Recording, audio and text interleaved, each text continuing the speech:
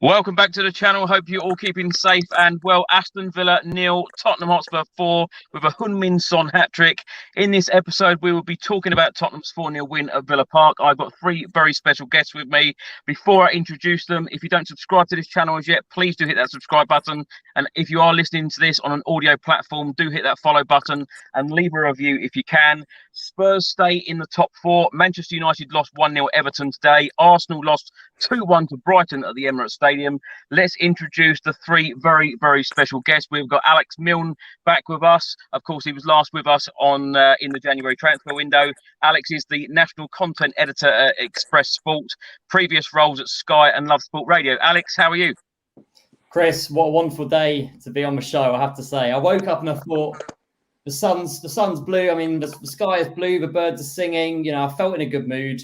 That obviously got better with the early kickoff, then got even better with the Arsenal game.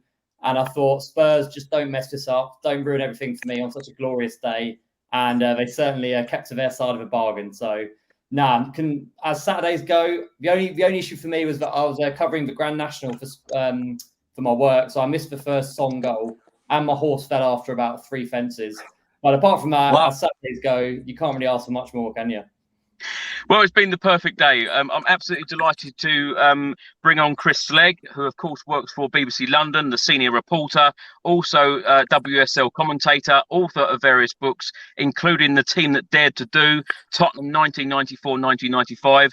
And an interesting fact, Chris, that I learned about you, you used to work for CFAX. Of course, the younger viewers won't even know what that is. Won't even have heard of it, pre-internet. But yeah, I loved it as well. A really great job. And I've still got a lot of good friends who I worked with on the sports desk at CFAX, and trying to make the headlines fit on every Saturday for every report. Obviously, had to be word perfect, letter perfect there. But yeah, what a day today! It's amazing, isn't it? Because looking at the results, and it's perfect, but you still feel the emotion that you've been through every single emotion, because there were so many times today when it didn't look like it was going to be perfect. I was convinced Arsenal were going to equalise. I mean, that first half of Villa Park, when you were there, Chris, you'll tell us more about it. But I mean, how we've won that 4-0, how we're now sitting fourth, how it's now firmly in our hands. Yeah, what a Saturday. What a Saturday indeed. We've also got Gaz with us, Anthony King, aka Gazza.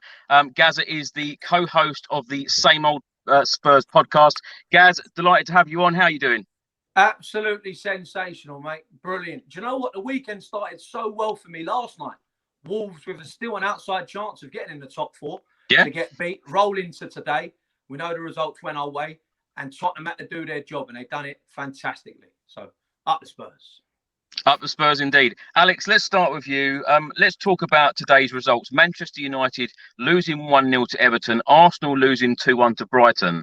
Now, Arsenal, of course, didn't expect to lose that game in the fashion that they did the other night at Crystal Palace. They certainly didn't expect to lose today's game. Were you surprised by the results today?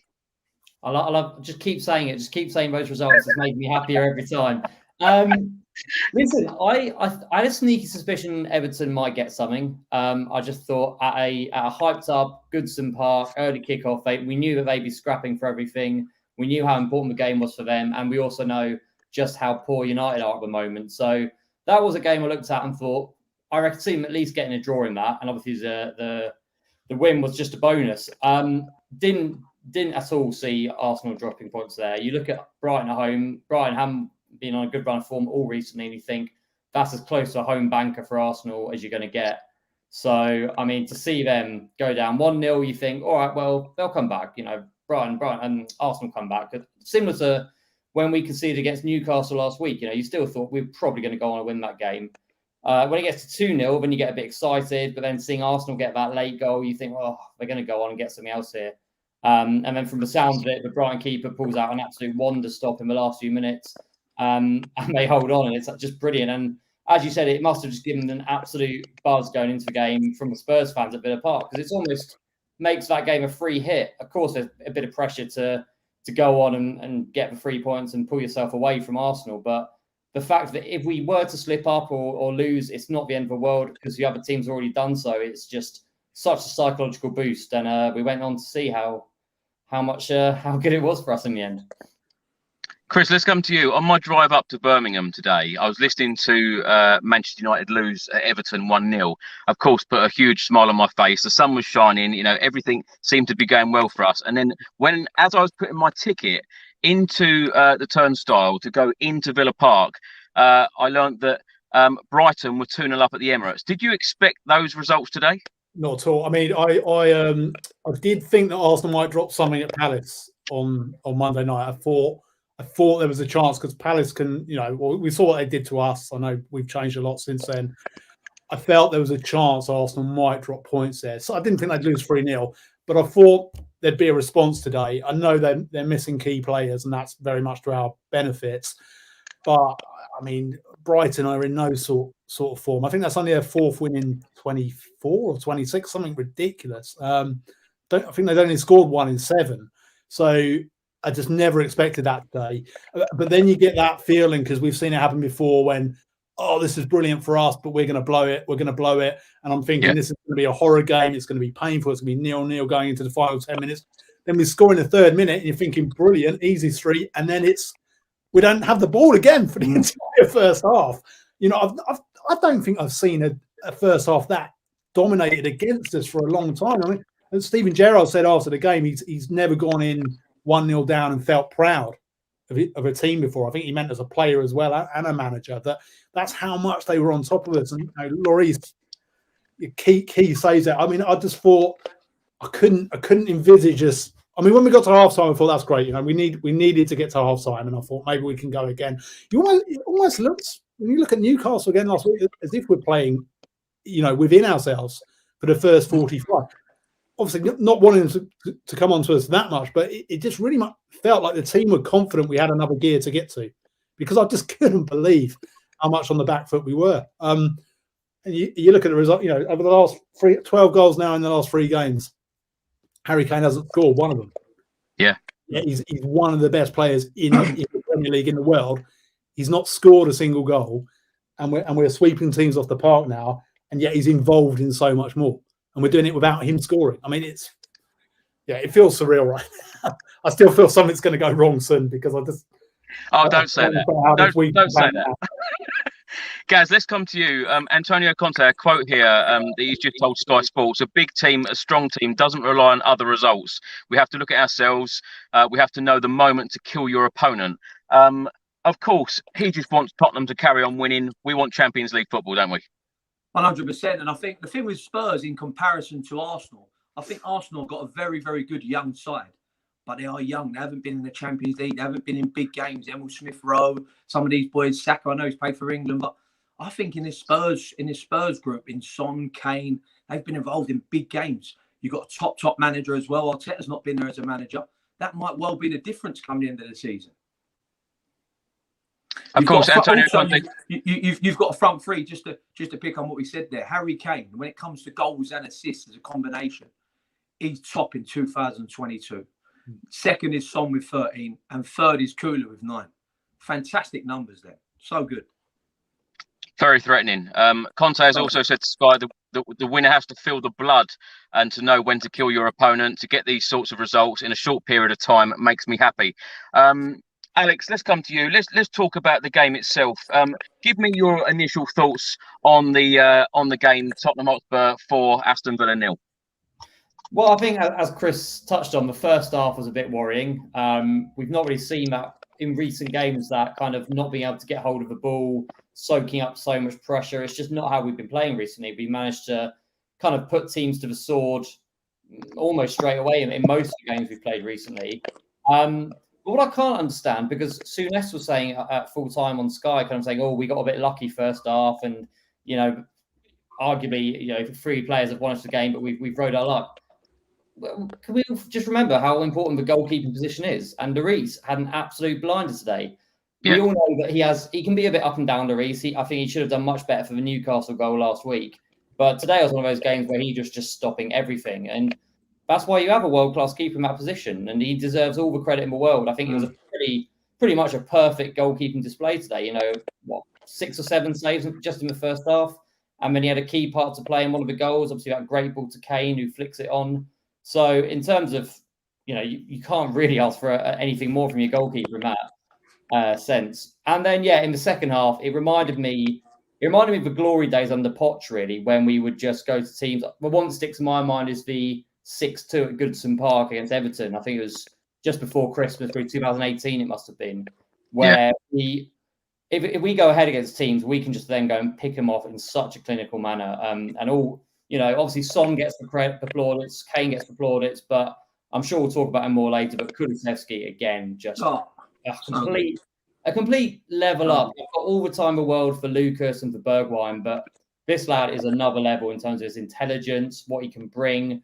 His goal, I honestly thought there was nothing on. I thought he was going to have to cut back and find another option. So the intelligence to take the ball on, squeeze it in from that angle, he's an absolute star, this kid. And I think he's going to go on to be, hopefully, along with Son and Kane, that front three could be doing bits for years and years. And fingers crossed it continues. But I mean, overall, got to say, what a day, and very positive about the result. Chris, how would you describe Tottenham's performance today? Did you expect it today? I mean, I was, after what happened against Newcastle last week, I mean, that was such a controlled performance in that second half. I was confident we were going to go and get a result. My prediction would have been 2-0, a Tottenham 2-0 win. But when Arsenal slipped up, I thought we're not going to take advantage of this. And I loved those comments. I heard Conte say it just before we came on. So you just flash it up on screen there, that you've got a sense when it's your moment and you've got to go and kill the opponent. And again, that comes back to what I was saying before. It's almost like we were playing within ourselves, because there's confidence there now. There is control within the team when we need to be controlled, thanks to Bentancur. And yeah, the intelligence of Kulusevski. I mean, he's 22 at the end of this month, isn't he? I think. And I mean, Stevie G at the end of that game as well said they've got two world-class players in Son and Kane, and this looks special too. I mean, every game he's played in, he just, every time he has the ball, you feel confident, as you do with Bentancur as well. I mean, I can't believe how things have turned round in the space of 2 months. I felt, coming into this week, it feels like Tottenham Arsenal were, going for fourth. West Ham and Man U just beginning to fade a little bit. And I'd have said even 2 months ago, I still feel that Arsenal have got more substance to what they're doing. They've got a clearer idea and clearer identity. But the difference between and Kulusevski made to this Tottenham team. And again, what's so great about that is that's good recruitment. And over 20 years, we have not said that too many times. I mean, much of what Poch did was down to improving players who were already there, and tremendous what he did, tremendous, getting 200% out of players, improving them beyond what you ever thought they could do. But what we've just seen this season with Romero in the summer and Bentancur and Kulusevski more recently just gives me hope, which I didn't have before. But coming back to your question, I thought we would win today until Arsenal lost, and then I thought, it can't map out. It can't just map out perfectly. It never does, but it has. Good. Guys, let's come to you. I felt the excitement was back last week when we hammered Newcastle 5-1. It certainly is back today, isn't it?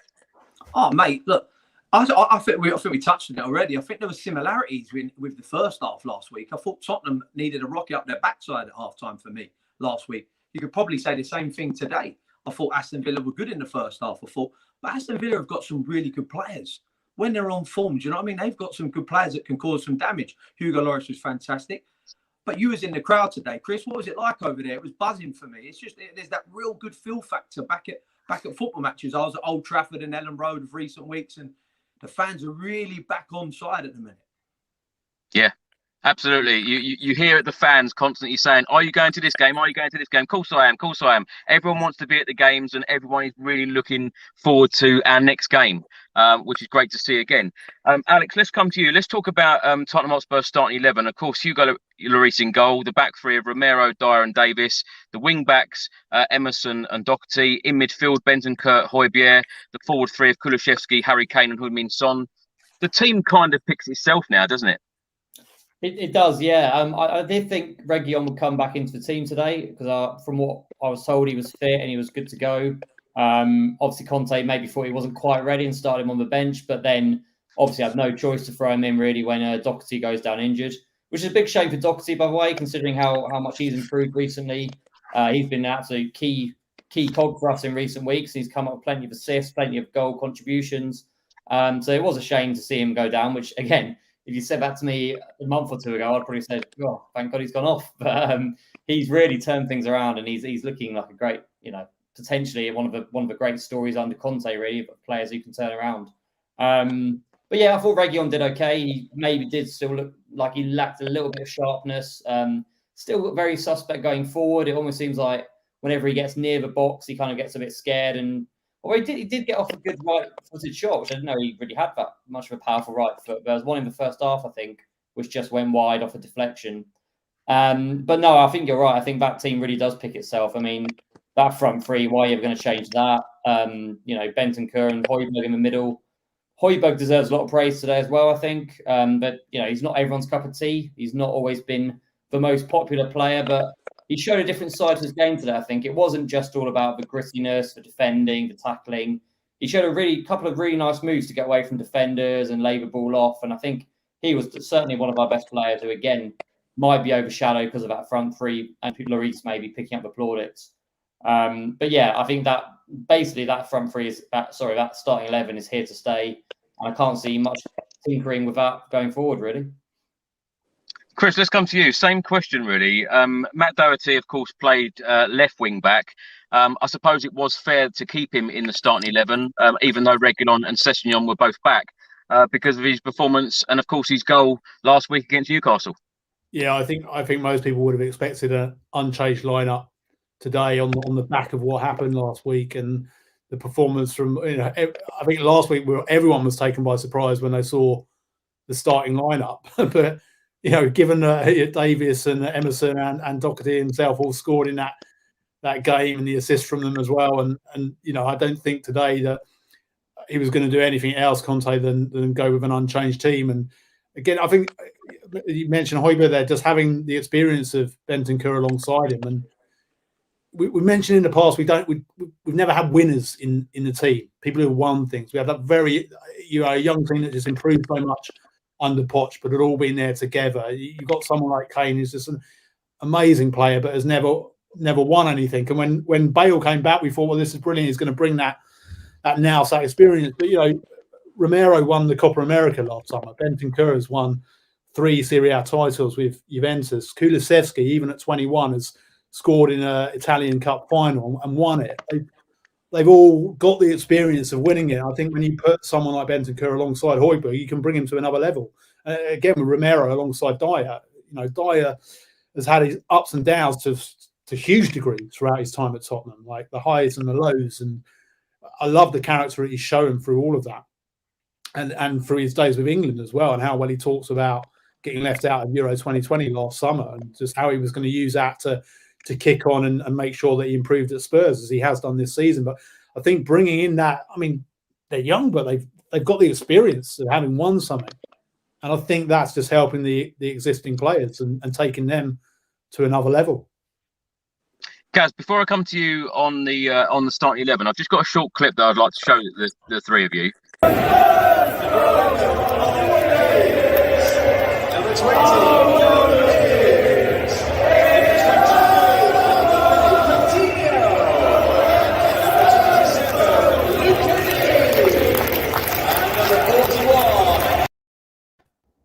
Now, that was actually before the game, and the reason why I've shown that is like the togetherness within this squad at the moment. Everyone hugging, everyone getting on so well. We hadn't seen that earlier on in the season, had we? That's me, Chris. Yeah. Yeah, mate. Yeah, it's definitely not there. It was definitely not there. But it's just funny how we go back to recruitment. How just a couple of signings can change the whole dynamic of things. Do you know what I mean? And I think it's made such a big lift. The Bentancur, Kulusevski signing, obviously Romero coming back into things. Like when we had Sanchez at the back, it didn't really fill you with much confidence, did it? When he was there with Dyer and Ben Davies, everyone's looking around, individual mistakes being made left, right, and centre throughout the team. And I just think there's a real togetherness now. And I think you've got to buy in. It's very unfortunate we talk about the starting 11 today. You're probably Steven Bergwijn. He's had a great international duty with Holland. When he comes on, he's making an impact, scores the other day. Lucas Moura seems to have fallen off a little bit, if you like. He was probably a mainstay at when Conte first actually come to the club. he even come out in the press and said he was sort of undroppable at times. But I think them two are two fantastic subs as well to be introduced off the bench and to give us a real force off the bench, as they've shown already. Alex, let's come to you. Just want to show you the league table here. Tottenham Hotspur 4th. We've played 31. We've now won 18. We've drawn 3. We lost 10. Got a goal difference now of plus 19. And we now have 57 points. Arsenal, of course, have a game in hand. But our goal difference is far more superior. How are you feeling right now as a Spurs fan for this push for the top 4? Can we do it? Well, it depends on the question. How do I feel as a Spurs fan, or how do I feel as a football fan? If you ask me as a Spurs fan, I'll say we'll lose all our next few games and then that'll be it. But look, I mean, we have to be favourites now. We surely have to be favourites. The way we're playing and the way that Arsenal and United are playing, you've got to say, looking for remaining fixtures as well, I mean, we've got to be considering the driving seat here. Obviously, things can go wrong. We've got Brighton at home next, which doesn't look too tricky on paper. Then we saw what happened to Arsenal today. I think we will drop points. You know, Liverpool's the one we look at and think, you know, realistically, chances are of a loss there. Although having said that, we did very well against them earlier in the season. We've beaten City away. At the moment, there's no reason why we can't take on anyone, really. But I've just got a feeling there's going to be some sort of drop points. Maybe I'm looking at Brentford, Leicester, Burnley. Something like that will go wrong at some point. It could have happened today. If Villa had scored one of their first half chances, it could have been a very different game second half. But very positive there, Alex. No, listen, I am positive, but I'm a Spurs fan, so deep down, of course. As Chris mentioned earlier, something will go wrong. But listen, at the same time, we will drop points, but Arsenal and United are also going to drop points. So I'd like to think that by the time the North London derby comes around, we could be a good 6, maybe 9 points clear. And it might even be a case of, well, dare I say it, if we won that game to seal a top 4 place, I'd have a good night. That's all I'd say. And it would be certainly one to remember. But fingers crossed it could all be sewn up before then. But yeah, I mean, look, with logical head on, you've got to say we're favourites, and for a reason, because we're playing absolutely brilliant football at the moment. Can you believe, though, Alex, how Antonio Conte has turned this Tottenham Hotspur team around like this? I can't, to be honest. I mean, even a month ago, we were still having doubts. I think that Burnley loss was a kind of low point where it looked like even he'd run out of ideas, where he was even contemplating, you know, what more can I do to help this team? And then something's just clicked. I think, as the other lads have touched on, the recruitment is a huge part of it. And it almost reminds me of the early days of Liverpool under Klopp, really. That Liverpool team were an absolute mishmash at the time. They clearly needed some changes. And it only takes 2 or 3 smart signings. You're looking at the likes of Van Dijk, Fabinho that were brought in, and they're a completely different prospect. They're fighting near the top of the league. They bring together this sense of belief. And that seems to be what's happening here. I don't want to tempt fate or anything, because, you know, they could still turn out to be, well, I'd like to think that Kulusevski and Bentancur will continue this vein of form, but you never know. But at the moment, all the signs are looking amazing. And all the doubts are now about Antonio Conte going. I mean, if we did get top 4 and he's now done all the hard work of getting this far, what on earth would he leave for at this point when we could go on to have an amazing next season? So it's all very, very positive at the moment, but, you know, just got to be wary of complacency and not slipping up against a Brentford of this world and then enjoying our summer, hopefully.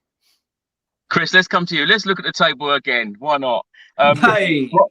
We've got Brighton at home, we've got Brentford away, Leicester at home, Liverpool away, Arsenal at home, Burnley at home, and then, of course, final day of the season, Norwich City away. 7 games to go. Do you think, realistically, Spurs can and will finish in the top 4? It's not arrogance, but we are favourites now. I mean, unquestionably, we're favourites. I mean, it's firmly in our hands. But yeah, that's almost scarier. It's almost scarier. It's like you're almost feeling like felt more comfortable chasing the pack down. But now, what gives me hope is Conte, his mentality, and the fact that he's, you know, what he's done before. He won Serie A 5 times as a player. He won the Champions League as a player. As a manager, he won 3 Serie A titles with Juve, 1 with Inter, Premier League with Chelsea. He's been there as a player and a manager. I know we had the winning mindset with Mourinho as a manager, but he brought the toxicity that he brings everywhere with him, the negativity of the way that he plays. I think what we have here is is the mentality, the winning mentality, married with someone who, well, he's done it as a player as well. He understands what it was to be a player at top clubs. You know, Mourinho, for all that he achieved, didn't have that side of it. So I think there's a more empathetic side to Conte. I look at the fixtures, and the last game I went to was the West Ham home game, and there, me and my friends were saying at that point we've pretty much got to win every game, excepting that we'd probably lose to Liverpool. We've got to win every other game, including obviously the Arsenal game. Well, at least there is now. There is room for dropped points, and I do expect us to drop, a surprise result. But I think Arsenal will probably do that again as well. The one that scares me in the next three is the Brentford away game, and it's got Eriksen, hasn't it, written all over it as well, which would just be just horrible if he was. He might do us a favour there, Well, maybe, but Brentford scare me because again, what they can do, a bit like Palace the other day with Arsenal, what they can do. They won 4-1 at Stamford Bridge. I couldn't believe that last week. I've got a friend who's a Brentford fan, and they barely played there since 1939. We rock up there every season and put in our worst performance. Brentford turn up and win 4-1. Brentford scares me a bit. Despite what Brighton have done today, I mean, look, face it, we have to beat Brighton at home. We have to beat Leicester at home. We need to win the next three, but the one that scares me is Brentford away of those next three. Liverpool away, it's almost less scary because the pressure's completely off. And when you look at what we did to Man City, and you just, in the back of your head, you kind of think, could we do it again? Could we do it again? And it's not inconceivable we could get something there. Arsenal, we're at home. It's going to mean everything. We're at home. It's in our hands now. We've got to go into that confidence high. Burnley, hopefully they might even be down by then. Penultimate weekend. Norwich will certainly be down by then, won't they? Away on the final weekend. So, yeah, of the next three, the Brentford one scares me most. And then Liverpool, it's kind of like you accept it might not happen there. And then we just have to beat Arsenal, probably. We've got to take the fact that we are home on a game that's going to mean everything and just go into that and just, it's going to be. If it's all riding on that, it's just going to be. This is not good for the mental health. It's not, is it? It's not. None of it's good for the physical and mental health. A heart attack waiting to happen. Chris, I think what you're trying to say then is it's going to be 5 wins and 2 draws. So we're just going to drop points against Brentford and Liverpool by drawing, yeah? Yeah, maybe. You summed that down very well. You should work on CFAX, Chris. Gaz, how are you feeling about these remaining 7 games? You feeling confident again? I think the next 3 fixtures, Brighton, Brentford, Brentford's a hard game away. Leicester's going to be a tricky game. But I think this is Tottenham. I think we might be made of different stuff now. I think we're coming into the business end of the season. Not being fun. I have to touch on one man, Harry Kane. I know he's my favourite player at Tottenham. He's had a lot of stick about not turning up in big games. I tell you what, every single one of these are huge football matches, and he's turning up week after week at the moment. As are the other boys. And I just feel that Tottenham at the minute, I think you've got to be really, really good to beat us. And even if you are at it, I think we've got people capable of just pulling something special out of the bag. We've got 3 top draw players at the moment, contributing big moments week in, week out. Before we talk about the game itself, Alex, let's come to you. I just wanted to ask all 3 of you who you've been most impressed with under Antonio Conte. Who's been the real winners and who's been the most improved since Conte arrived early November?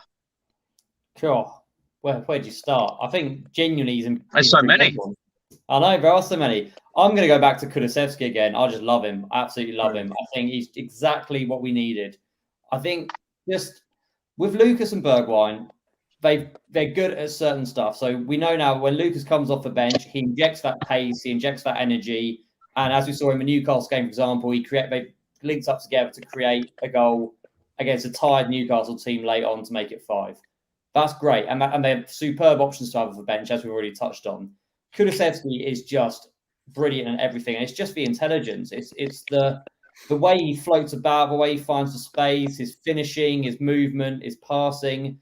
And at the age of 21, I just think he's only going to get better under Conte. And there's a reason why it was clear that him and Paratici want him so much in January. And it's funny now to look back and think we're quite underwhelmed, really, by him and Bentancur, almost like they were Juventus cast-offs or kind of reserve players who just needed a new home. But, I mean, if you're a Juventus fan, surely you're looking back now and thinking, what on earth have we done letting them go? So, listen, I could choose probably 10 or 11 players who've improved under Conte, but I think Kulusevski is fast becoming one of my favourite players. I just love watching him, and I think he's going to be brilliant. Chris, it is fair to say that Antonio Conte has improved many players only since November. Can you imagine what it would be like at Tottenham when he's worked with these players for a pre-season as well? Yeah, I mean, that's almost a gutting thing that he wasn't ready to return to football at the start of last season. Obviously, there was the potential there. It felt at one point that we could get him from the start of the season. I mean, even before this last few weeks, I was really fearful he could still go this summer. I'm feeling much more confident now that he's still going to be there, and that he will see, like someone mentioned earlier, the start of the plan, the work that he's done already. Why rip that all up and go and start somewhere else again? And yeah, the positivity of what there could be with a pre-season behind him. But yeah, I mean, you can't look beyond Kulusevski for most impressive player, but he has improved. Conte has improved every single player again. And again, that's something that Pochettino did. And that's good coaching. That's good management. And that's something that Mourinho didn't do. I'm not wanting to have a pop at Mourinho, by the way, but there are managers that isolate players that somehow, kind of give up on them straight away. Well, it's not a clever thing to do. Like, we don't know everything that goes on, obviously, at training grounds. We don't know when a player might have done something that they can't redeem themselves on or retrieve themselves from. But you've got to accept it's a squad game. It's a huge squad game nowadays. It's going to be even more so when you can have 5 Premier League subs from next season. So you've got to keep people happy. You've got to see what they can do for the team, whether that's from the bench or in the starting lineup. And he's getting the best out of everyone. Yeah, Matt Doherty, the way that he played last week, the way that Dyer is getting back to what he was. Like Højbjerg as well. Again, I think that's a lot to do with Bentancur being alongside him. But these players who were losing their way, who suddenly feel like they're part of it. They've been led to believe we're part of this now. We have a role here, and that's down to good coaching, great management. So you just, can't look beyond. Really, the whole team has improved, but what Kulusevski has brought, and I don't keep my eye on the European game as much as I used to. And I didn't have any idea of the talent that this guy has. And it's just evident week in, week out. It really gives us so much hope for the future. I mean, I wrote down, I was working out all of the goals and the assists since he arrived. Kane scored 6 and scored 7 and set up 6 since Kulu arrived. Son's scored 9 and set up 2. Kulusevski himself has set up 7 and scored 3. So between them, that's 15 assists and 19 goals between that front three in I think it's 11 games since he made his debut in that 3-2 defeat to Southampton. Again, you look back at that result and you're just like, yeah. So if we'd hadn't lost to Wolves and Southampton, even the Man U game in a way, like, to have not got a point from it, it was the Ronaldo show, wasn't it, that day? And you just feel like we would really be. That's what I'm a glass half full kind of guy, because I'm thinking, we could almost have this sewn up by now, but half empty kind of guy. Sorry, and I'm thinking that to those results, I went to the Wolves game and it was just there was nothing there. There's nothing there in that game. And Lloris had a terrible day that day. He was at fault for one and half at fault for the other of the 2-0 defeat. And you see what he's done today. Brilliant. Kept us in it in the first half, so redeemed himself. And I can't really get my head around how things have turned around in the space of 2 or 3 months, 2 months really. Kaz, let's come to you. A comment here from Roy. Harry Kane must be close to being the best player in the world at the moment. Some Spurs fans still think that we should sell him. Utter madness. Now, Harry Kane is a player that you think that he can't improve anymore, but he seems to improve week by week by week, season by season. He's just adding so much more to his game. I struggle to find anyone better in Europe than him. You could probably make an argument for Benzema if you're going out and out strikers. You saw what he done at Stamford Bridge in the week. He's absolutely brilliant. Like that deft little touch off the head today for Son. It's just so good. He's on a different wavelength. And what I love the most, the chemistry was always just between Kane and Son. Now we've added another one to the mix. And Kulu's quickly jumped on board and he's in the flow straight away. I don't think there's anyone better than Harry Kane. For me, I think he's the best forward in the Premier League. Tottenham Hotspur, for me, have got a problem. We haven't really got a problem because they held all the aces, really. 2 years left he's got on his contract, yeah? But would Tottenham be prepared to say to him, look, you can go at the end of that contract. We won't take nothing for you at the club. Or sign a big deal now, and you could be earning a fortune at the age of 34, 35 perhaps. Tottenham can't let Harry Kane go. He's integral to everything that we're about, and him and Conte need to push us on. We can't be even thinking of getting rid of him. And I'm surprised that Spurs fans still have that picture of him, with him leaving the club in their head, because for me, it's an absolute no-no. He's come out many times, though, Gaz, and said as long as he sees the club going in the right direction, then he's going to stay at Spurs. Surely he's feeling that right now under Conte. 100%. I think Tottenham are going to have a go in the summer as well. We all know, we're led to believe they're after players. Obviously, left side of the three at the back, perhaps. Wing backs are an area we're looking at. Obviously, the Doc's had a little bit of return to form, but is he good enough long-term? Question mark. So I think Tottenham are going to spend some money, and that'll be music to his ears. He'll love that. And I think it's very interesting. Does he go and move? Does he go and move to, say, a City and try and win a trophies, or does he go down as a legend at Tottenham? Hopefully, it's the latter. Yeah, and surely you'll expect Harry Kane to break Jimmy Greaves' record if he stays, and of course Wayne Rooney's record for England. Definitely, yeah. I think I was surprised that he actually in the week that he didn't play. Did he not? He didn't play for England, did he? In the second game of the week, Ivory Coast. Came on for 20 minutes, I think, didn't he? That's what I mean. I'm surprised about that. He would have probably been chomping at the bit to try, and that might have been an opportunity to nick another couple of goals. But I think he'll break that record. And for me, it's an argument for me. I don't know if this, obviously, if I haven't been I've only been around for 35 years, but I struggle to see anyone better ever to wear a Spurs shirt. He's absolutely brilliant, the guy, and I love him. Yeah. No, he is the best Tottenham player I've seen play live. I didn't see Gaza play for Tottenham live. Someone play for England. Actually, Chris, while you're talking about strikers, I just wanted to ask you about your book that you wrote on the 94-95 season, because, of course, that still remains one of my favourite seasons watching Spurs. Of course, Sheringham and Klinsmann. Tell us a little bit about that book. Well, it's the reason I started writing that book was because it stood out to me as the season I enjoyed most. Yes, I've got pelters for the title. I should have called it Klinsmania. Called it the team that dared to do. Obviously the club motto, because to me that season, although we won nothing, and most of my seasons as a Tottenham fan, and most football fans' seasons as football fans, whoever they support, end without a trophy, unless you support, one of the clubs that wins every year. But what that season encapsulated for me was just the emotions, the highs and the lows as well, because there were just so many incredible goal-scoring games in that season, 4-3s, 6-2s, 6-3s. It's just a ridiculous campaign. But it all started, obviously, signing Klinsmann, and the surprise of that, of signing a world-class star at his peak, really. I think we just turned 30 that summer, but he was still such a talented player. We were starting the season on minus 12 points because we'd been docked points for the previous regime's financial misdemeanors, but we got the points restored eventually throughout the season when it was ruled that clubs shouldn't be punished for what had gone on previously. But Klinsmann in that one season was my favourite Tottenham player for a very long time. Actually, what's weird about this book is when I was writing this book in, I think, the first Pochettino season, and 94-95 was still my favourite Tottenham season until Poch did what he did. And what Poch did, I never expected Poch to do what he did. Just incredible. I will love that guy forever.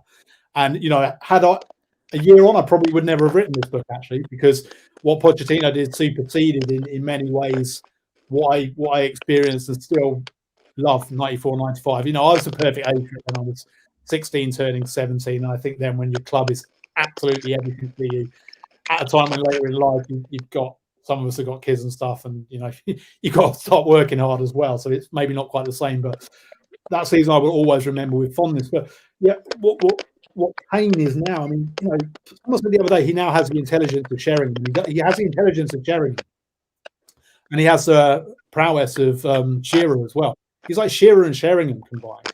What he's doing without even scoring goals at the moment is just phenomenal. I don't understand how anyone. Again, I've kind of grown out of that myopic, not looking at anyone beyond your team and not admitting when someone's got talent. I don't understand how there are people out there who do not put him in a world-class category. It staggers me. I don't know how you can be that blind to it. I think the thing it does come down to is that he doesn't play for one of the tier A. He hasn't won anything, basically. And I think people hold that hold that against him. When to me, it's even more impressive what he's doing in a team that's just probably one step down from the very elite. So absolutely phenomenal. I actually thought last summer maybe we have to let him go. Not wanting him to go, but thinking, look, he clearly wants to go, and we can only sell him a year on for less, probably. So why not let him go? Actually, the way that the season started, I thought maybe we're hanging on to an unhappy player here. But I think that was a hangover of Euro 2020. Captaining England all the way to the final, 120 minutes of final, penalty shootout, heartbreaking way to lose. Then he's missed out on a dream move. Undoubtedly, that's going to weigh on him as well. I thought maybe he's given up on us. But the fact that he is now, he's an even better player now than he's ever been for Tottenham right now. This is the best he's ever been.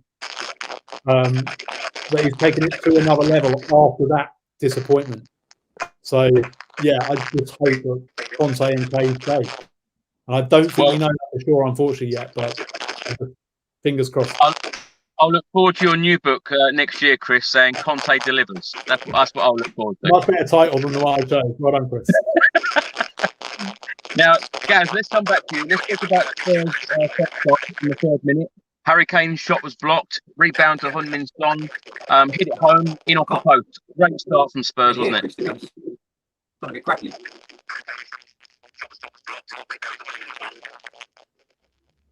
Gaz, are you there? Can't really hear, Chris. It's got a bit crackly. I'm here. Gaz, if you come out and then come back in again, and then it should sort itself out.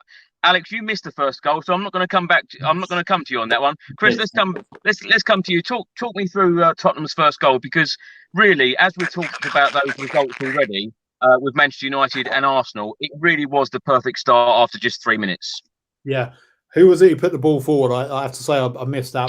Was it Dyer or Højbjerg? But not the greatest of headers back. Comes to Kane, whose shot from the replay was going 20 yards wide, wasn't it? He hit a first time volley from just outside the box, clatters off a Villa defender straight back to Son, whose finish was just the class that Son has to wrap his left boot round that in off the base of the post. And Opta put out a really good stat that he's now got 34 Premier League goals with his left foot, Son, which is the most of any right-footed player in Premier League history, except for Kane, who's got 39.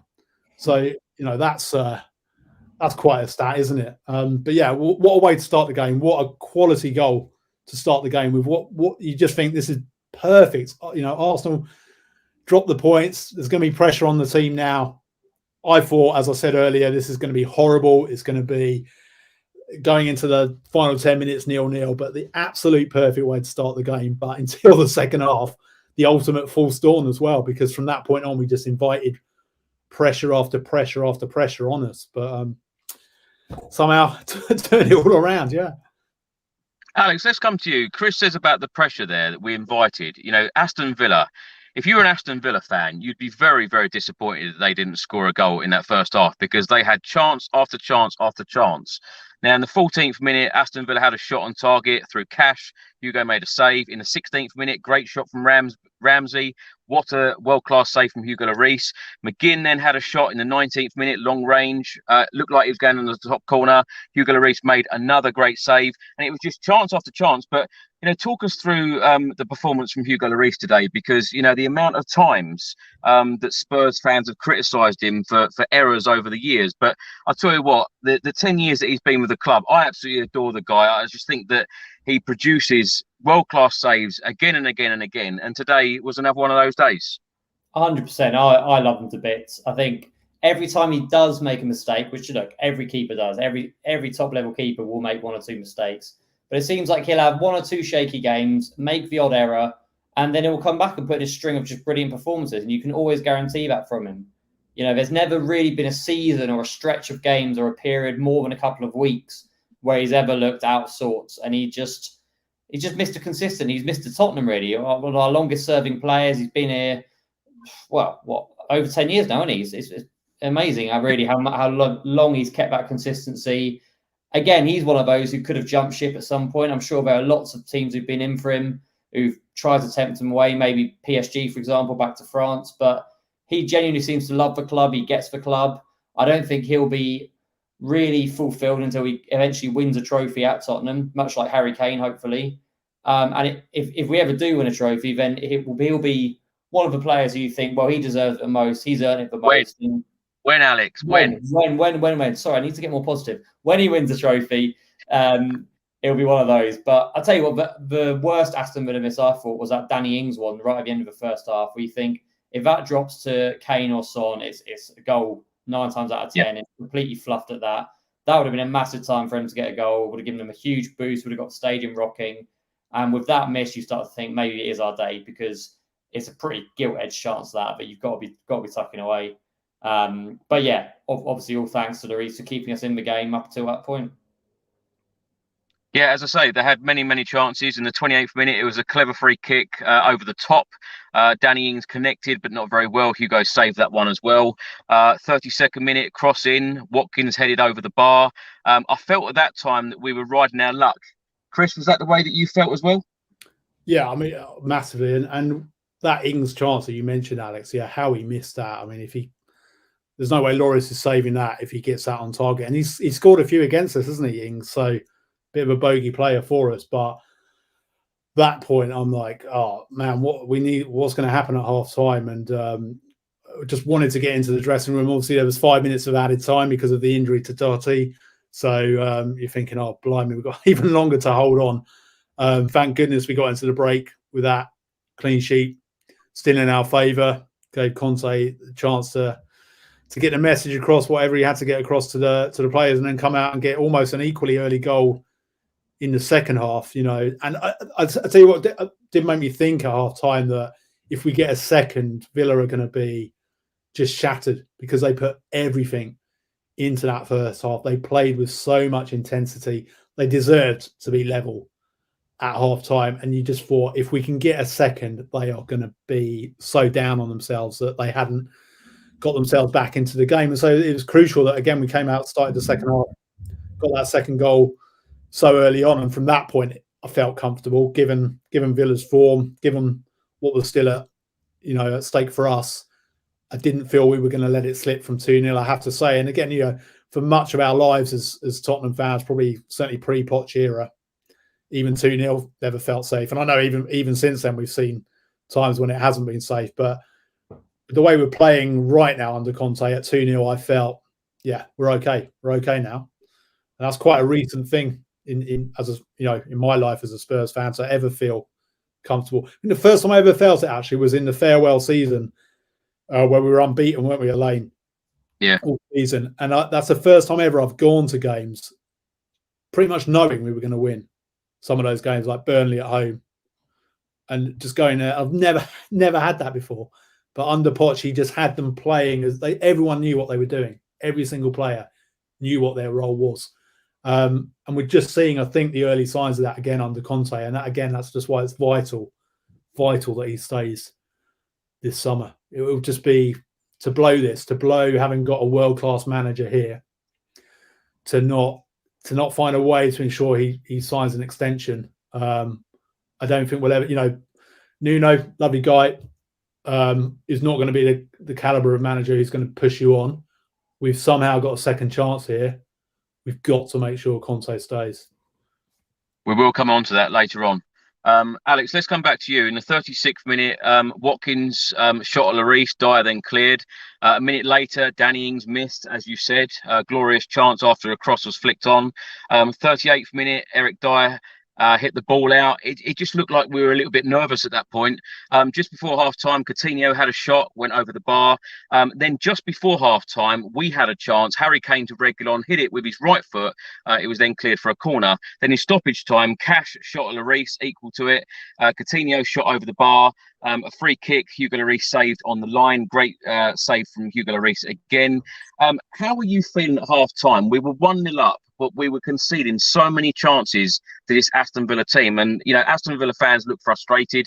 The Spurs fans, most of them who I spoke to at half-time said, how on earth are we winning this match? Yeah, I think similar to Chris, I was kind of oddly calm as well. Even though we were under pressure, you have got to remember that it's not always, you know, it's not our fault that we're under such pressure. Villa are a good team. They've got good players. When you got the likes of Coutinho, Ollie Watkins, these are all very good footballers. And there are going to be spells in the game where they inevitably have attacks, you know. And I think we did manage to ride the storm. But even if we'd have gone in 1-1 at half time, I still would have been pretty confident of getting a win just because of how many goals we ourselves are scoring at the moment. And as Chris touched on, I think the second goal was absolutely crucial. The timing of it, really, it just completely knocked the stuffing out of Villa. You could tell that at 2-0, they thought we're not going to manage to get 2 or 3 goals and get this game back here. And we also know the spaces that are left in behind that our speedy, quick players can exploit as a result. So, yeah, as soon as Kulusevski's goal went in, it almost seemed like there's a hush around the stadium. I don't know if that's how you found it, Chris, where any sort of hope of a Villa comeback or their fans geeing them up kind of just disappeared. Yeah. You've also got to remember they've got very little to play for, really. They're obviously going to be mid-table, probably upper mid-table. It's not like they've got that real motivation to go out and grab it. Of course, they'd have loved to have got a point or even better a win against, and you know, getting anything against Spurs at the moment would have been a scalp for them. But you almost get the sense that it would have been tougher against a Burnley or a team who are scrapping down low down the league. We're at the sort of stage of the season now where I reckon some players are all mentally on the beach now, and Villa are certainly one of them, that there's not a huge amount left for them to play for, really, other than pride. So, yeah, look, great day at the office. We had a 20-minute spell, rocky spell, where we rode our luck, but the majority of the game, I think, especially second half, we were cruising, really, and it's lovely to see. Lovely to put the feet up on the sofa and just enjoy that second half exhibition, really. It's not often we get it, so enjoy it while it lasts, really. I was going to ask, Alex, what do you think Conte said to the team at half time? I think he probably had some choice words. A lot of it was telling them to calm down. I think temper's got a bit frayed, didn't they, towards the end of the first half? They're maybe trying to rile us up a bit. We were making a few silly passes that we didn't need to. So I think he probably got them in, sat them down, just said, calm down, keep the ball at the start of the second half. You know what your plan is. You know what you need to do. Everyone knows their role. Let's just refocus, get our head screwed back on. And to pretty much all the players' credit, I think they all did. So, yeah, I don't think you really need to say too much more than that, really, at half-time. Chris, let's come to you. In the 50th minute, of course, Spurs started the second half as they started in the first half, scoring early on. Kulusevski with a left-footed shot made it 2-0 to Tottenham. What have you made of Kulusevski and Bentancur, their time at Spurs so far? Of course, they were deadline day signings from Juventus. As Alex said earlier, a lot of Juventus fans said, well, they're rejects. If they're rejects, then give us some more, please, yeah? Yeah, I never expected them to have this impact, and the time that it often takes players arriving in the Premier League as well to adapt. We often say it's going to take a season. I mean, they've hit the ground running, absolutely hit the ground running. The control, the composure that Bentancur has, the experience, even though he's only 24, but he's won so much already. Kulusevski, yeah, it's just the intelligence, isn't it? When the ball is at his feet, something's going to happen. He's going to make the right decision, whether that's to take it on himself or to find the pass. And I think I think the weakness we have had throughout the 20 years of ENIC is recruitment. Okay, we never get that right. But there's the hope that we have now that Paratici actually has a plan, and the fact that him and Conte already have a relationship, again, that's why it's so important that we allow this partnership as such to thrive.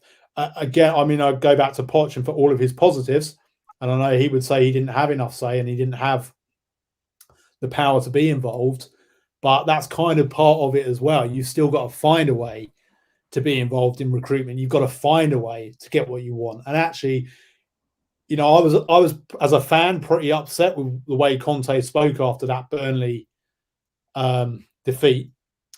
The way he's been pretty explicit about the fact he doesn't necessarily have to stay here. But actually, you know what? In the long run, that might be to our benefit that he's able to talk like that he's able to let Levy know, I don't have to be here. Look, I don't see any way Tottenham are ever going to change the project to such of 20 years. They're not suddenly going to go out, Levy and Joe Lewis. and spend ridiculous top dollar. That's never going to happen, right? But why are they suddenly going to start doing that after 20 years? But it's not all about that. It's about buying the right players. And this season we bought Romero. We've got Kulusevski on loan, presumably to become permanent, and Bentancur as well. And that is 3 quality signings. And we can see the evidence and the consistency of what they're delivering. And this, look, football changes so quickly. A couple of bad results, we'll all be speaking differently, but I just feel there's something different there that might just help take us to another level. And we've got to think about what this club's gone through. The stadium is unbelievable. I miss White Hart Lane so much. I love it. It'll always be a part of me. This stadium was a £1 billion project. And I always think it's a shame Poch wasn't there 5 years earlier or 5 years later. The fact that he had to be there when we are investing everything into the stadium, everything, and having to play at Wembley for nearly 2 years. It is such a shame that Poch wasn't able to avoid all of that or to come after that. And yes, I know we're going to be paying it off for a long time. I know that COVID will not have helped. But every season, we're just moving beyond that. We've built that part of the club. We've built the training ground. Yes, all of us would say not enough foresight or not enough attention has been given to the team. But those major parts of brand Tottenham, and I kind of hate speaking like that as a football romantic, but these are business people. You've got to run a club. They've built that now. Okay, so maybe now we do start to look at the team. And as I say, I don't think it's ever going to be a case of throwing money around and paying the sort of transfer fees that other clubs can. But we seem to have in Paratici and Conte people who know what they want and have a way of getting it. So that really gives me hope. Alex, let's come to you. Chris talks about the transfers there. Now, the transfers that we've made this season, Christian Romero, Emerson Royale, of course, Kulusevski and Bentancur. Have you been surprised how Kulusevski and Bentancur have hit the ground running so quickly? And can you remember, a signing at Tottenham to do it so quickly, equally so? I don't think I can really. I have to rack my brains, but not really. It's funny when Chris was talking about smart signings, it just took me back to how we spent the Bale money, and you just compare that with now. I mean, spent much more in those days on just throwing money left, right, and centre at seemingly anything that was available, and probably just Eriksen, you'd say, of those signings being successful. Well, Lamela, I guess, to a certain degree, but Eriksen really the one who had a real lasting impact at the club.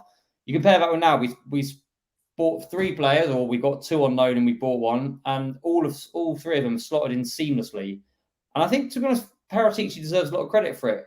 He got off to a kind of shaky start, didn't he? Initially, people thought, oh, this guy knows what he's doing, we're making the right signings. Then there was a bit of umming and erring in the early Nuno days where it seemed like, well, this clearly isn't working. There's something broken with him and Nuno. The signings from summer didn't get off to the best start. And you're starting to think, is this just another one of the kind of almost Damien Comoli, Frank Arneson days of just bringing in the wrong people at the wrong time? But obviously then getting Conte has changed everything. The 2 seem to work seamlessly.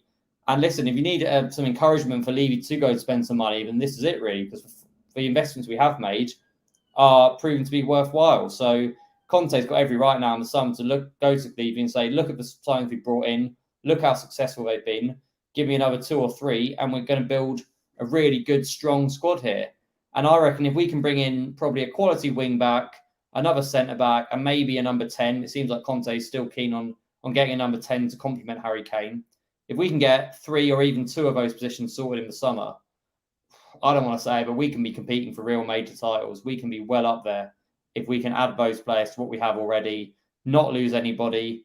To go back to the Kane conversation, I'm 99% sure he's staying now. I really, really can't see him leaving. Why would he? Why would he want to go now, where we're at the moment?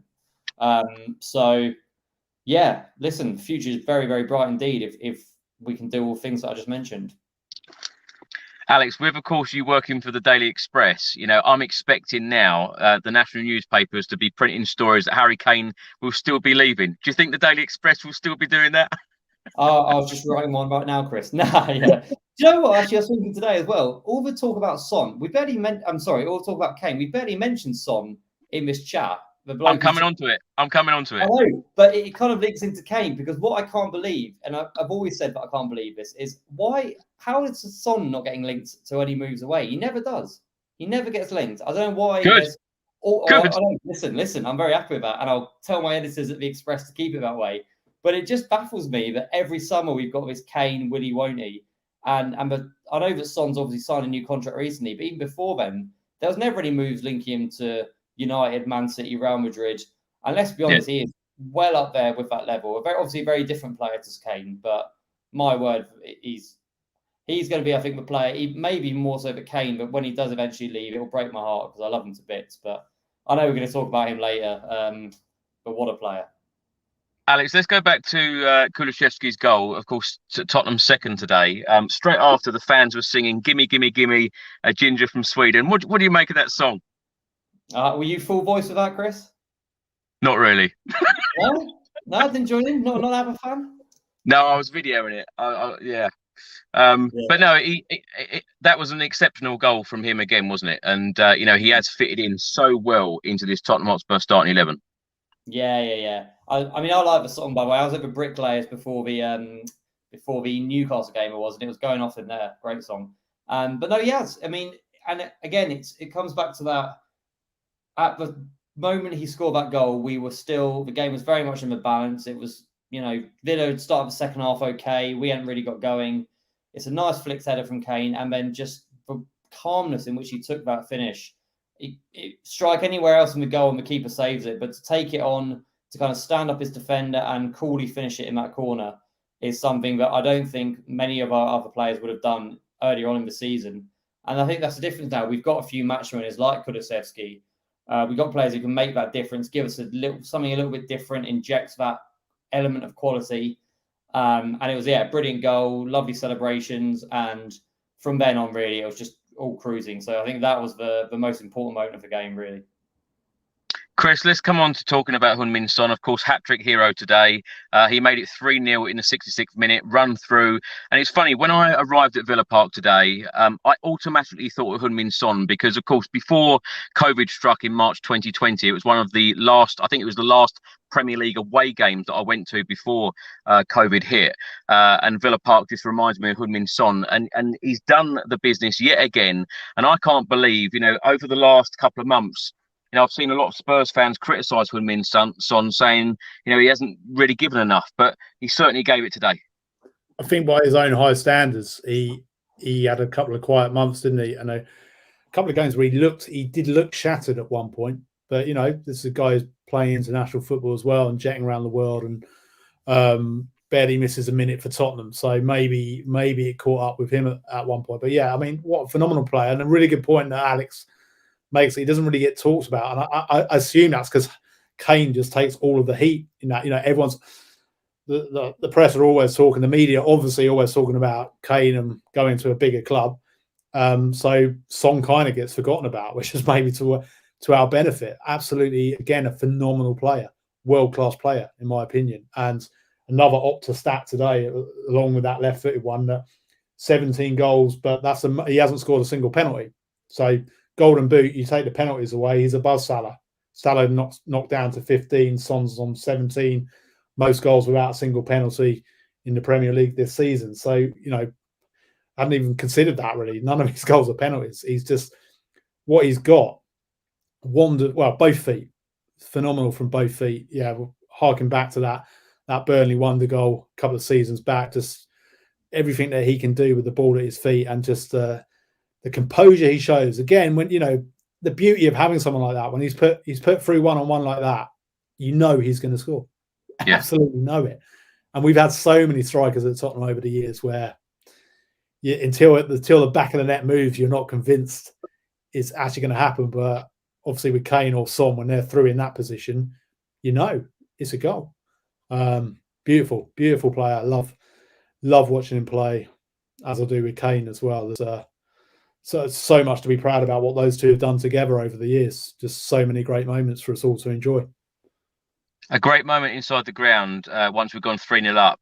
The crowd was singing, "Are you watching Arsenal?" And then followed by Tottenham get battered everywhere they go, because of course West Ham, Arsenal, all of those fans always sing Tottenham Hotspur get battered everywhere we go. So we're singing it ourselves now, which is, I thought, was very, very funny. Alex, let's come back to you. In the 71st minute, Spurs went 4-0 up. Heung-min Son completed his hat trick. As Chris said there, the composure from Son yet again to finish. As soon as he went through, I had huge confidence that he would score yet again. What more can we say about Heung-min Son? We can't say much more. I mean, he's actually genuinely mad that he's now 3 behind Salah for the Golden Boot. I said to a colleague when he scored early on in this game, I said, do not rule out him overtaking Mo Salah now, because it seemed for ages as if Salah was kind of well away. I think it was as many as 8 or 9 goals above the nearest person at one stage. But when Son gets in this streak of form, you just feel like he's going to score at least 1, 2, maybe even 3 every game when he just gets in these little hot streaks. And it wouldn't surprise me. Salah's struggling a bit. He doesn't seem to be on great form in recent times. So it'd be incredible if Son can overtake him and get the Golden Boot, because that would just be a remarkable achievement for him. But yeah, there's not much else you can say about him. He's just a phenomenal, phenomenal player. Infectious in his enthusiasm, very popular, clearly, among the staff. And mad to say that he's underrated, but I still genuinely think he is underrated, because as you've touched on, Kane gets all the plaudits, rightly so. He's obviously one of the best, as we've said, the Spurs have ever had. But Son's got to be not far behind if Kane's one of our best players, because he just complements him so well. And it's going to be, as I said, a heartbreaking day when he leaves. Hopefully he'll retire at the club, because I think he genuinely loves it. He seems genuinely absolutely adore playing for Spurs. I can't see at this stage where he'd go, but he'd have a better time, really. What is he, 29 now? So he's still got a good few years left at his peak. And again, he's one of those players that you just hope will, and he will, win a trophy at Spurs, because it'd just be amazing to see. And yeah, on the 4th goal, again, you've got to say well done from Kulusevski again when he laid it off. He could have easily fired that ball into him too powerfully, but instead he lovely cushion pass that all Son had to do really was guide into the far corner. And that was it, really. Chris, let's come back to you. Now, the midfield, Bentancur and Højbjerg. Now, of course, Antonio Conte really bigged up Pierre-Emile Højbjerg last week against Newcastle. When Oliver Skipp comes back from his injury, do you expect him to walk back into this team, or do you think that he's going to have to fight for his position again? I would have said again, probably even before the Newcastle game, I probably would have said yes. Obviously, there was a setback, wasn't there, yesterday with the news that Skipp's going to be out for a bit longer. There was talk that before that setback that he might even have been on the bench this weekend, but he's going to be off for a bit longer. I would have said yes, because he's a better player than Højbjerg, but now that we have this composed, controlled team unit that is settled and seems to know what it's doing on the basis of the last 2 results. All right, you look at that first half again today and you're kind of like, well, actually, do we? But we found a way to, we were 1-1 with Newcastle at half-time last week. Today we were 1-0. We've absolutely blitzed those games. So, again, I suggest maybe the team saves a bit for the second half. I would say now the way that we're playing and that we're getting these results, and that you don't change a winning team, and whether Skip's going to take a bit of time as well, obviously to get match fit. I think I think they're all fighting for their places. I don't think he goes straight back in for the reason that we're playing so well with this starting 11, and for the reason that midfield pairing is so settled right now. I'm not sure why you would disrupt that, even though I think Skip's a level above Højbjerg, but I don't necessarily think that you bring him straight back in just because of that. I mean, it could well depend on the fixture as well, couldn't it? I mean, I think if you're going up against Brighton, Brentford, Leicester with this settled team, you don't necessarily bring Skipp straight back in anyway. If there's still a bit of a risk, you certainly don't want to risk sparking off the injury again. Maybe you look at the Liverpool game, you look at the Arsenal game, and you think that at that point, if he's fully up and running again, then you bring him back in there. I think he's a better player. Again, you probably need to sub my answer, Chris. He's a better player than Højbjerg, but I'm not sure you disrupt what we have right now, the unit. the passion from Højbjerg at the end of the game today was just immense. Alex, let's come to you. I want to talk a little bit about Emerson Royal because, of course, he was bought originally for Nuno Espirito Santo in a back four. Of course, now we're playing with wing backs. I found it interesting today at Villa Park that in the warm-up before the game, they actually had him crossing the ball a fair bit. What have you made of his performances under Antonio Conte? Yeah, it's funny because I remember last time I was on the show, Chris, he was starting to come in for a bit of stick. Can't remember what game it was now, but it was one where he crossed numerous times and never found a man. Watford. That's the one. Yeah. I just remember seemingly the whole game was just watching him trying to put a ball into the box and it getting headed away. And there was a lot of criticism coming in for him, I think rightly so at that time, but I still had a belief that he will go on to be a decent player, and I still think he will. Whether he's quite up to scratch, it still remains to be seen. I think he was okay today, not great. Probably 6 or 7 out of 10. Did what he needed to do, but wasn't really one of our better players. Didn't need to be in that wing-back position today necessarily. But it wouldn't surprise me in the summer we do look for an upgrade, because it just seems like he's still lacking something going forward, still lacking a bit on the crossing, bit ponderous at times in possession, in my opinion. Whether Conte can improve him even further, possibly. Conte may see him as a project so he can work on, especially over the summer, really get down to business with him and take him under his wing. And it wouldn't surprise me at all to see him continue with his place.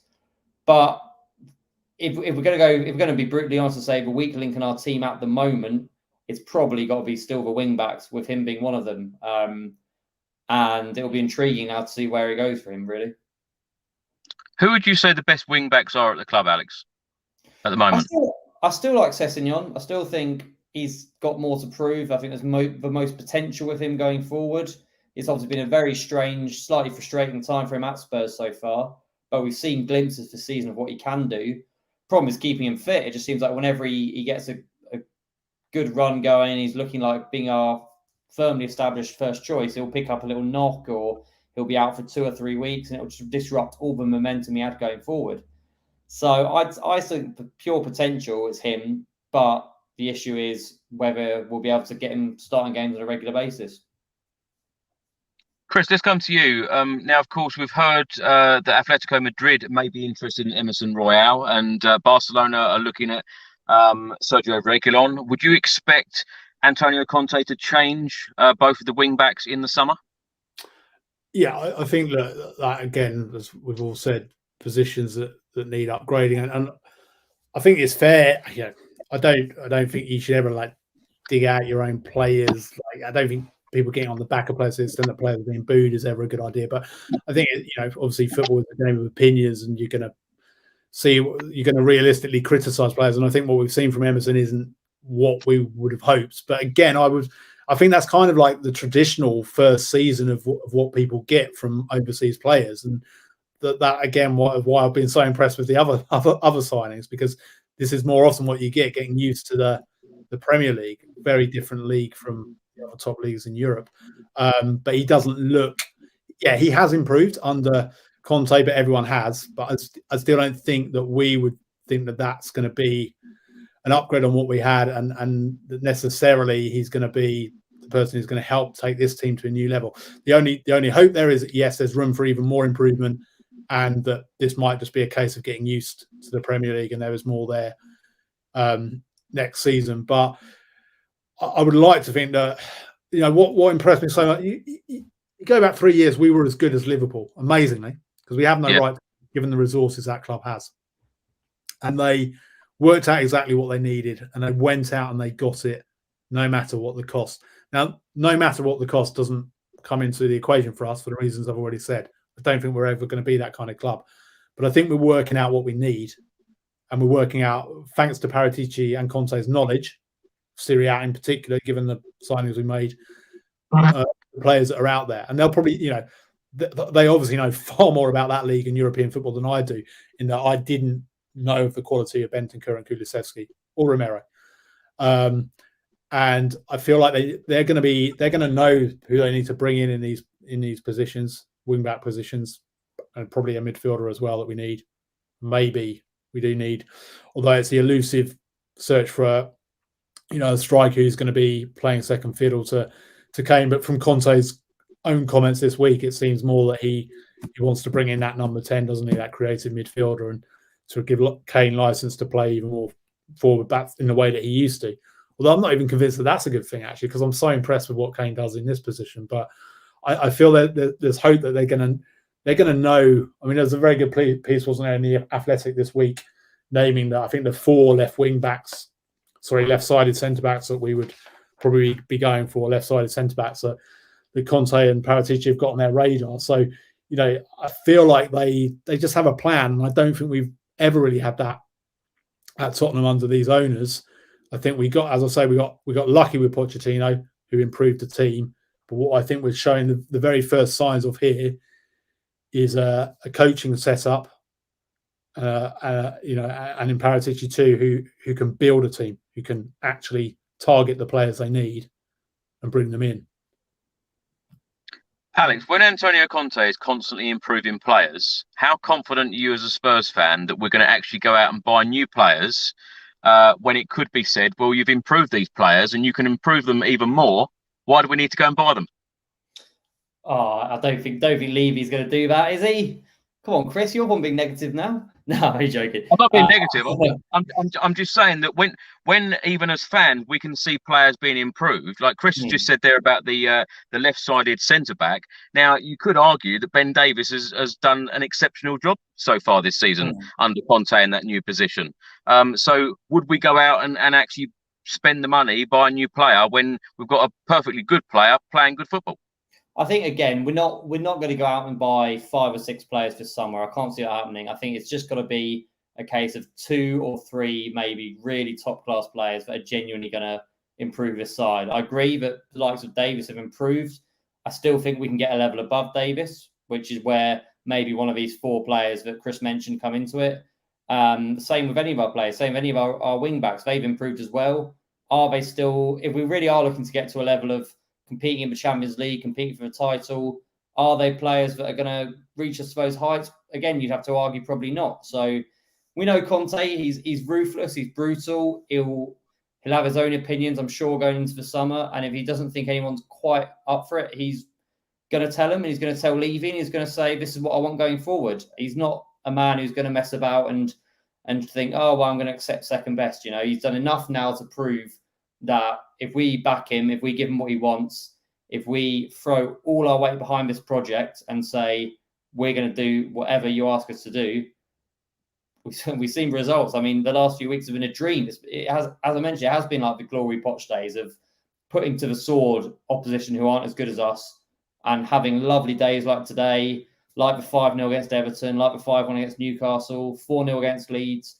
We really are something special building here. And I think as much as Levy has been criticised in the past for not spending, he's not stupid enough now to risk any sort of traction or any sort of friction by messing things up and not giving Levy the, for example, centre-back he wants. So I've got full faith that he'll see the light. I think we've mentioned Liverpool, we've mentioned City. We all need a squad where players can interchange seamlessly, and that's what those 2 squads have got now. If for City, Bernardo Silva's on the bench, they've got another player who can slot in straight away and replace him without any sort of ruction to the team. So that's the sort of level I hope we're aiming to get at. And that's what we need to do this summer. 2 or 3 additions, and I think we're good to go.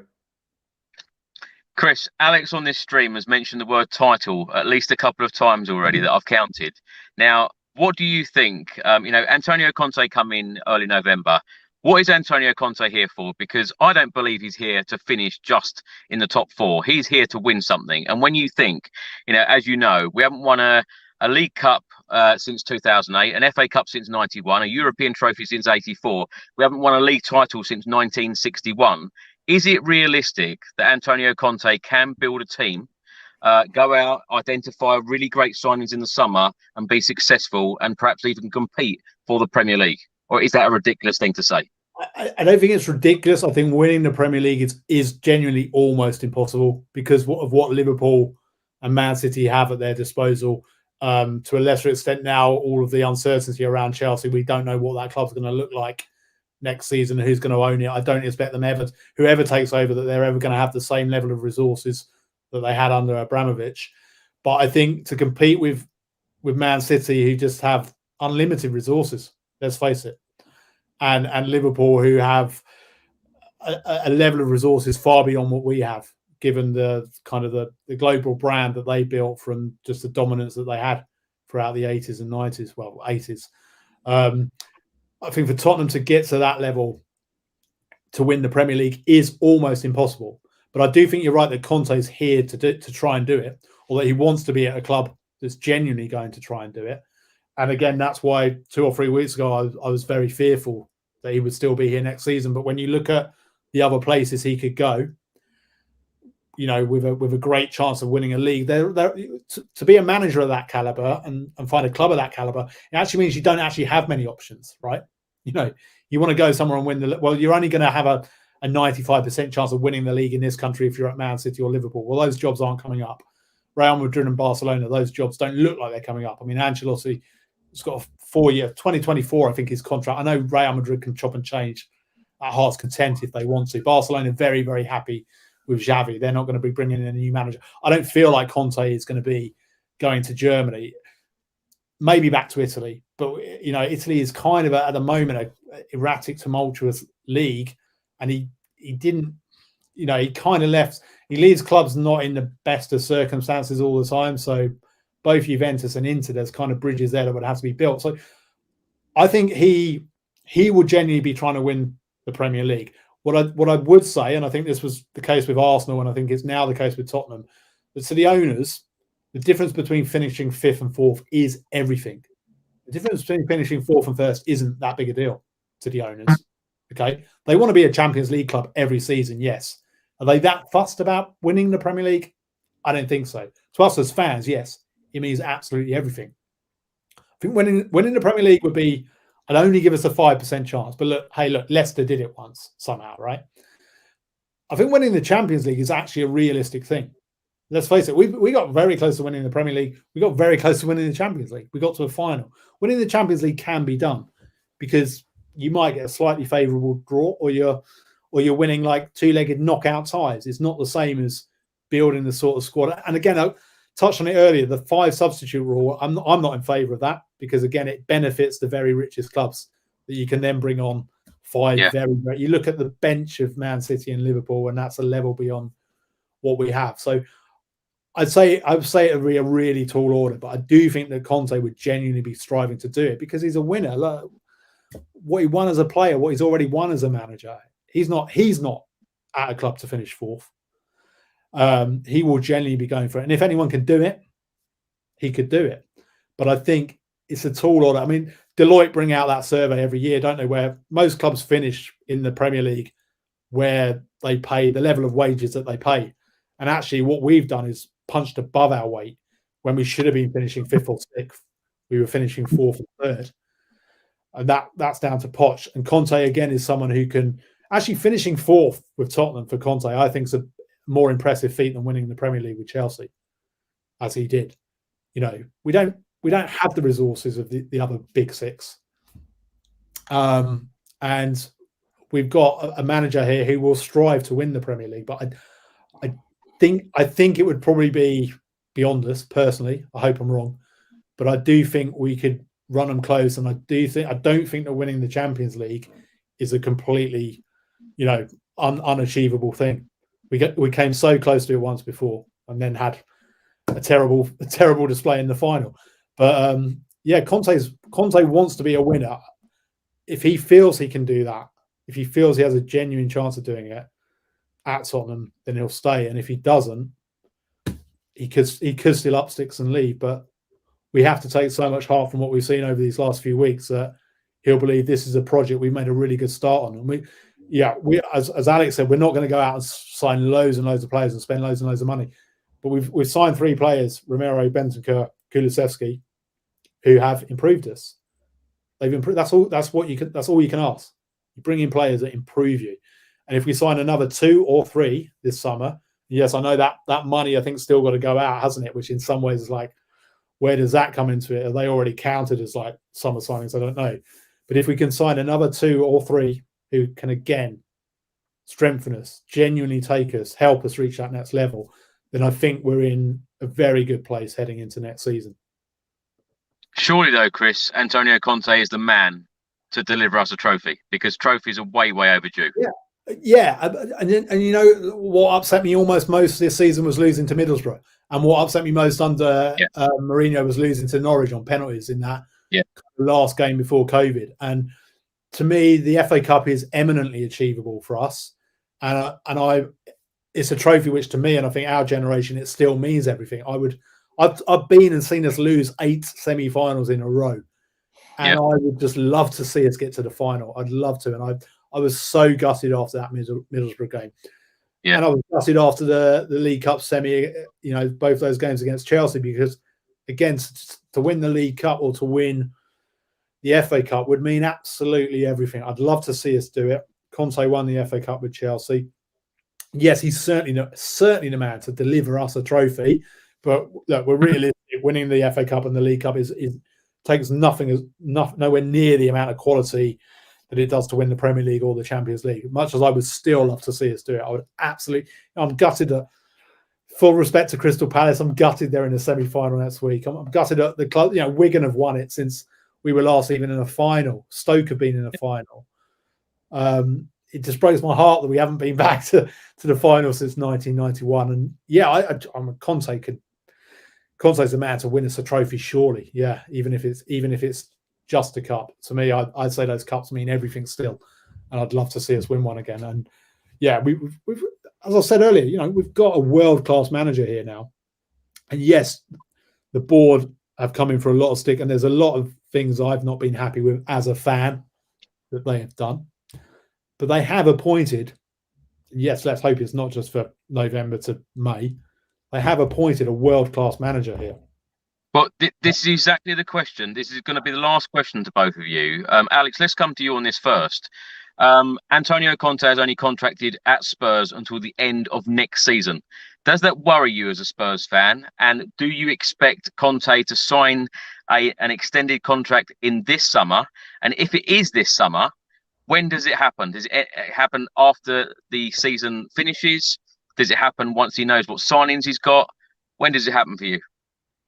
Chris, the way I look at it right now, right, it's like Conte he's made this amazing cake, right? He's made it, but he's not eaten it yet. Why would he leave now? It just makes no sense. He spent months and months living this horrible Tottenham nightmare we've all had to endure, seeing us slip to disappointing defeat, seeing players not know what they're doing. Hold on. If we're talking about cakes, I take it that the cherry on the top is the trophy, is it?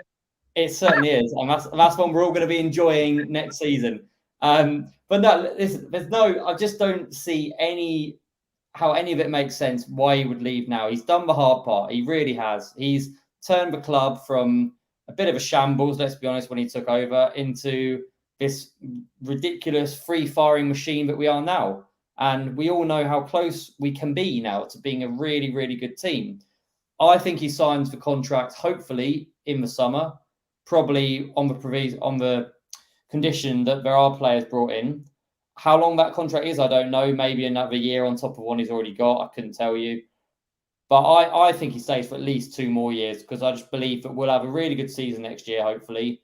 Whether that comes with a trophy, we'll wait and see. And Chris, to say that it's only your generation who care about the FA Cup, I assure you, I was born in 1992. I've not even in my lifetime, we haven't won an FA Cup with the history the Spurs have got of this competition. And I've been there. I've been there for the Portsmouth semi-final. I've been there for the Chelsea 5-1. You know, I've done that trudge out of Wembley Way, that dispiriting, horrible walk when you see all the away fans celebrating, and it is horrible. So I assure you that it's not just, you know, fans of a certain generation who want to see Spurs win that trophy. It would mean the world to me. A League Cup, sure, but the FA Cup is the one that really, other than the Premier League and the Champions League, I would just absolutely buzz off seeing us win. And like you, I was pretty distraught after that Middlesbrough game. I felt lower than I did against Burnley, I think. But yeah, to see us win anything next season would be amazing. And I'm hoping that we get at least 2 more years of this brilliant football, this brilliant manager, this passion that he's instilled in the team.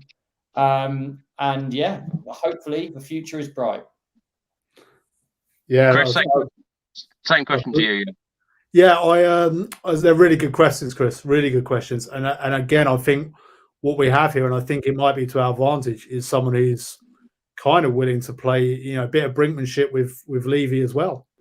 And that feels like a scary thing.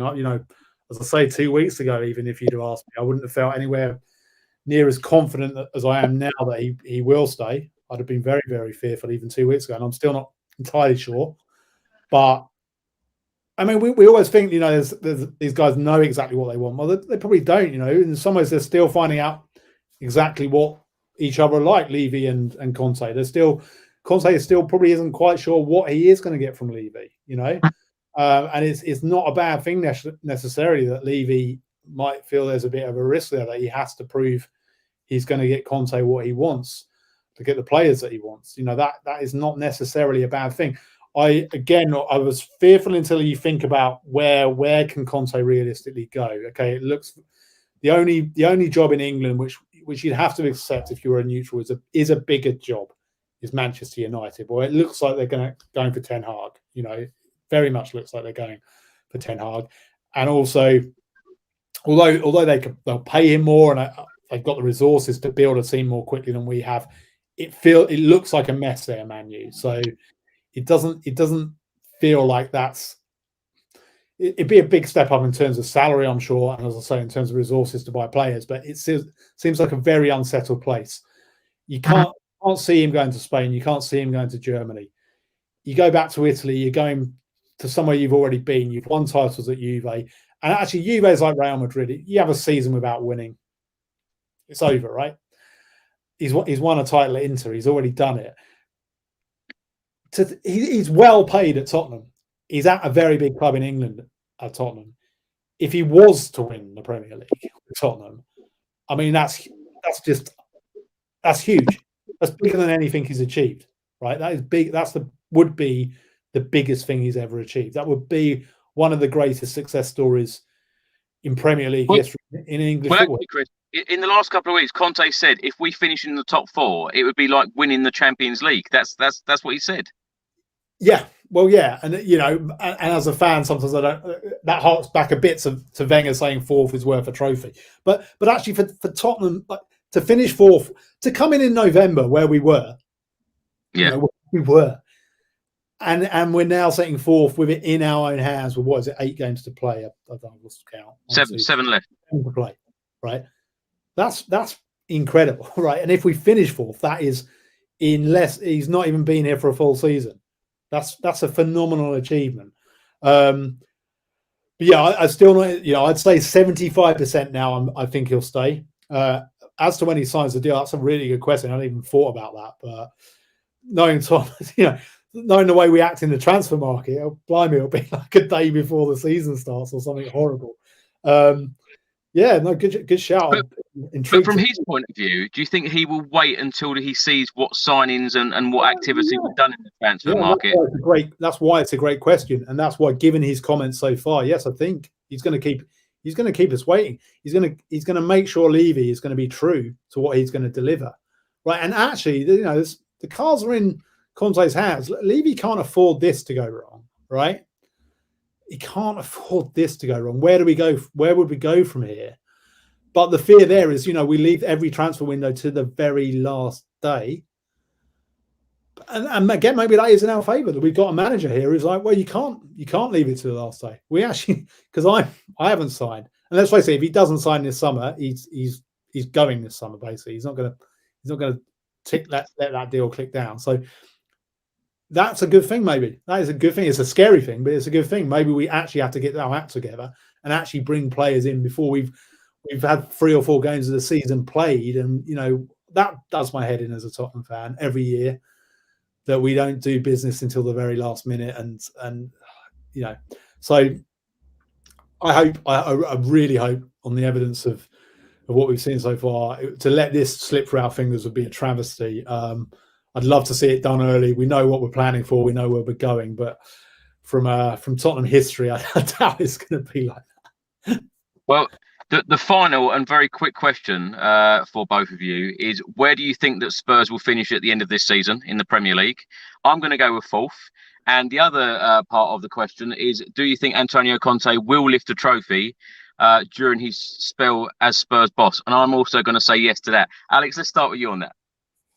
I'd love to go a different answer to you, Chris. And there's part of me that's thinking, oh, could we maybe even hunt down Chelsea? Am I getting a bit greedy here? They're chasing third, but obviously they're 6-0 win today. I mean, I think they're going to be pretty comfy in third. I do genuinely think we'll finish fourth now, and I believe that we'll win a trophy under Conte. There you go, easy, fantastic. Chris, what about you? Yeah, I mean, look, I'm not an optimistic fan at all. I'm a pessimistic fan, and I feel scared even saying it. But look, on the evidence of what we're seeing, and when you look at the fixtures, we should finish fourth. And yeah, I'm scared saying it, but I think we will. After today, I think we will. And yes, if Conte stays, I think he does. He is the person to lead us to our first trophy since 2008. I'd have every confidence that he could at least win a cup. And maybe, fingers crossed, even better. Well, what a wonderful time to end the show with Chris and Alex saying that we're going to finish fourth and we're going to pick up a trophy under Antonio Conte. Absolutely love it. And I tell you what, Chris, I don't think I've ever met anybody who mentions Pochettino more than me. So I love the guy. I mean, I don't understand how you can say we overachieved under Pochettino. Absolutely overachieved.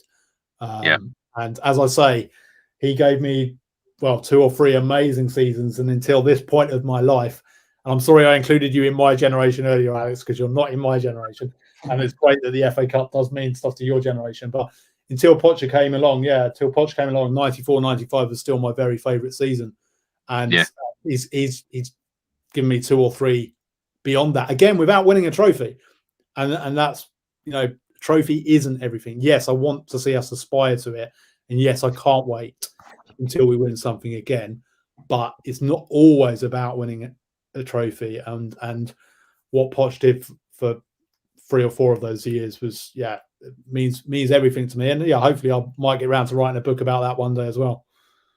Look forward to it, Chris. Chris, thanks so much for joining us this evening. It's been an absolute pleasure having you on this evening. Muted myself right at the end, but no, it's been great. Thanks for having us, Chris, and nice to meet you, Alex, and Gaza earlier as well. Shame you dropped off. Don't know what happened there, but brilliant. Glad you got to see that performance today as well, Chris, and safe trip back. Thank you very much, Chris. Been a pleasure. And Alex, thanks so much for coming back on. Been a pleasure talking to you, and the positivity. I love it. Yeah. Up the Spurs. It's all gonna work out all right. It always does in the end. And safe trip home. And thanks so much to Gaz as well, of course, co-host of the Same Old Spurs podcast. So do check that out. So thanks for his time. And hopefully with these 7 games to go now, Tottenham Hotspur can keep winning and keep getting that top 4 spot and keep getting Champions League football. Of course, what we're used to under Pochettino, as Chris has mentioned many times. Thanks for watching, everyone. Really appreciate all of your support. If you don't subscribe to the channel as yet, please do hit that subscribe button, and I will see you very, very soon. Until then, come on, you Spurs. Go on, you Spurs.